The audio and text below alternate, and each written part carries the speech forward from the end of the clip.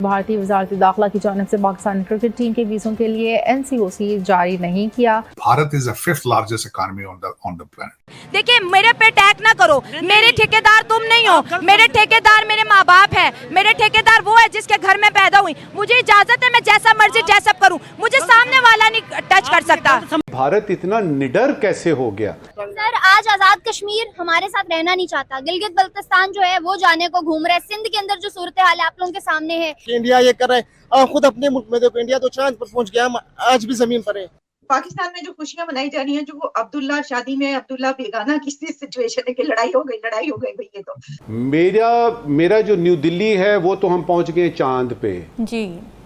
SCO भी हमने की है, फिर ब्रिक्स में हम बड़े सॉलिड किस्म के मेंबर हैं, और कुछ नहीं तो G20 की एक रोटेटरी मीटिंग हमने की है, और उसमें हमने ये देखा है कि जो बाइडेन साहब आते हैं तो मैं एक मिनिस्टर को भेजता हूं एयरपोर्ट पे कि जिस तरह मुझे एक यानी मिनिस्टर ने रिसीव किया था, मैं भी मिनिस्टर को रिसीव करने के लिए भेज रहा हूं। फिर उसके बाद ये है कि P5 का जो मेंबर का बनना, यूनाइटेड नेशन सिक्योरिटी काउंसिल का परमानेंट मेंबर बनने के एस्पायरेंट हैं आप।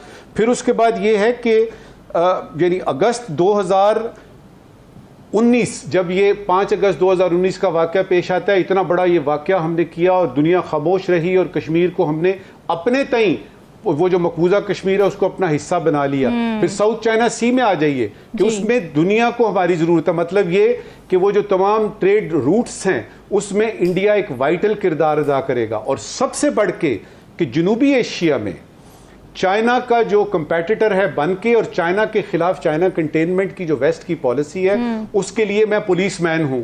अब मुझे बताएं, ये इतने सारी वजूहात हों तो चौड़ तो होता है ना आदमी, सर पे तो चढ़ती है ना। ट्रूडो साहब ने जब पहली प्रेस कॉन्फ्रेंस के बाद जो दूसरी प्रेस कॉन्फ्रेंस की थी वो थोड़ी ढीली थी। उसमें उन्होंने उसमें जिक्र किया कि हाउ इंपॉर्टेंट इंडिया है, और हम इंडिया से खराब नहीं करना चाहते, हम कोई प्रवोक नहीं करना चाहते। वो दूसरी जरा वो he was on a back foot right now. दूसरा, जो कनाडा जो सपोर्ट चाहता था इंटरनेशनल कम्युनिटी से, वो नहीं आई। कनाडा की ख्वाहिश थी कि अमेरिका और बरतानिया को जॉइंट स्टेटमेंट दे, वो उन्होंने नहीं दी। फिर वो आए 5 कंट्रीज हैं, उनकी तरफ सपोर्ट के लिए गए, उन्होंने भी कुछ सपोर्ट सही नहीं की। उनकी वजीर खारजा इस वक्त यूनाइटेड नेशंस में आई, उन्होंने G7 कंट्रीज के लोगों से मिली, सपोर्ट हासिल करने की कोशिश की, लेकिन नहीं हो सकी। अब थोड़ा सा जैक सुल्लिवन जो कि अमेरिकन NSA हैं, उन्होंने एक स्टेटमेंट दी है जो पहली स्टेटमेंट से जो दूसरी स्टेटमेंट है थोड़ी स्ट्रॉन्ग है। उसमें उन्होंने जो लफ्ज ये इस्तेमाल किया है कि हम भारत को कंसेशंस नहीं देंगे, और हमारे एलाय हैं कनाडा, और इनको चाहिए कि उनके साथ कोऑपरेट करें। तो मर्दों के सर पे भी टोपी बड़ी अच्छी लगती है, आपकी किधर है? नहीं, हमारी पास है की है। मेरे पास भी दुपट्टा है, तो उसके ऊपर करो। तो आपके पास टोपी है, ऊपर क्यों नहीं ली? मेरे बाल छोटे नहीं। तो फिर आपने दाढ़ी क्यों नहीं रखी? दाढ़ी आपने नहीं। मर्दों पे तो दाढ़ी बड़ी अच्छी लगती है। और खुद साइड मतलब और तो हाँ, यही बात है, मसला सारा यही है। अब उसके बाद जस्टिन ट्रूडो की कल प्रेस कॉन्फ्रेंस थी, उन्होंने बोले उन्होंने अब वो स्टैंड उनका ये है कि वो कहते हैं हमारे पास एविडेंस मौजूद है, कुछ काले हैं, हमारे पास कम्युनिकेशन है, कुछ हमारे पास शवाहिद मौजूद हैं। और यहाँ पे ये भी ये खबर आ रही है कि I5 जो कंट्रीज जिनके साथ उनका रिलेशनशिप जो एक उनका पैक्ट है, उनमें से एक कंट्री जो है उनके पास किसी इंडियन डिप्लोमेट की कोई काले या शवाहिद मौजूद है, और they are cooperating with them. अब बात यहां तक है, अभी तक कनाडा ने कोई भी शवाहिद नहीं रखे सामने। अब जो इशू जो बना है, वो जो समझा ये जा रहा है, या जो लोग मुख्तलिफ एनालिसिस कर रहे हैं, जो मैं अपनी नजर से भी ये कहता हूं कि एक तो ये कहा जाता है कि अगर 2 साल पहले कनाडा को बताया गया था कि निज्जर साहब इज अ टेररिस्ट, तो उस वक्त उन पे एक्शन क्यों नहीं लिया गया? अगर लिया होता तो आज निज्जर साहब जिंदा होते। एग्जैक्टली। एक तो ये बात है। अब दूसरा उसमें यह है कि अगर आपके पास शवाहिद इतने आप नहीं बताना चाह रहे, तो आपको अपनी असेंबली में खड़े होकर इतना बड़ा एलिगेशन लगाने की क्या जरूरत थी? इतना बड़ा इल्जाम लगाने की क्या जरूरत थी? जब तक आपके पास सॉलिड चीजें मौजूद नहीं है तो क्यों नहीं कर रहे आप? दूसरी एक बात यह है कि 3 महीने हो चुके हैं उस मर्डर को, आपने उसके बारे में कोई प्रेस कॉन्फ्रेंस नहीं की। पता नहीं किस चीज का इंतजार आप कर रहे थे। कई लोग यहां अब ये भी बातें करते हैं कि मे बी ये G20 की सक्सेस के बाद इंडिया को थोड़ा सा कंट्रोल करने के लिए this is a conspiracy theory है शायद। अब वो कहते हैं जितने मुंह है उतनी बातें हैं। उसमें दो जो मैं समझता हूं सबसे ज्यादा नुकसान किसको हुआ है, वो सिख कम्युनिटी को सबसे ज्यादा नुकसान।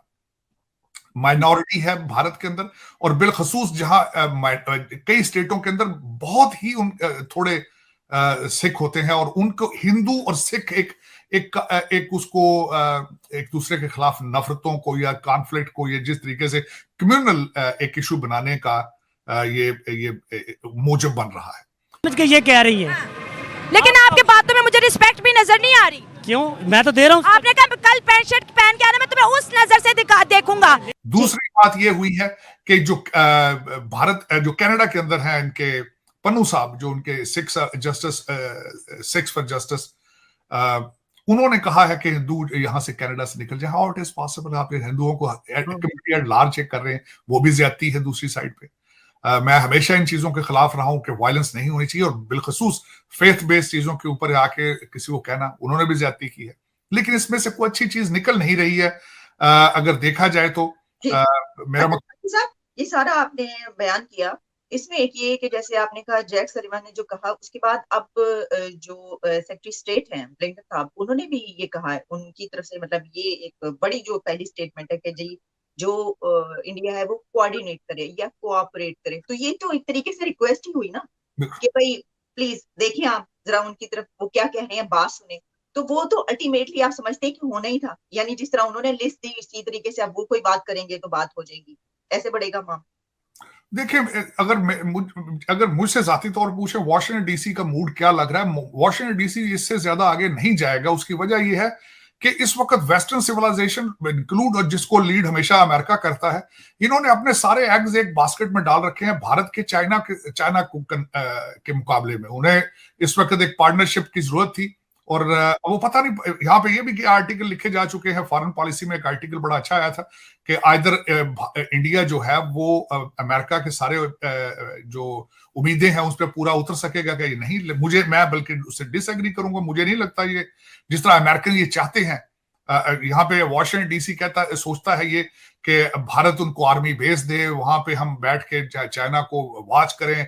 बल्कि वॉशिंगटन डीसी की ख्वाहिश है कि भारत चाइना के साथ अपने कॉन्फ्लिक्ट में आगे जाए, उनसे अपने जो टेरिटरीज हैं वो वापस ले, और एक जिस तरह चाहते हैं confrontation to engage China into some kind of conflict in that area, either Bharat के साथ या फिर ताइवान के साथ, ताकि ये कैचअप कर सके चाइनीज ग्रोथ, जो इकोनॉमिक ग्रोथ है। इस वक्त सबसे बड़ी थ्रेट जो अमेरिका को, जो वेस्टर्न सिविलाइजेशन को है, वो चाइनीज इकोनॉमिक ग्रोथ है।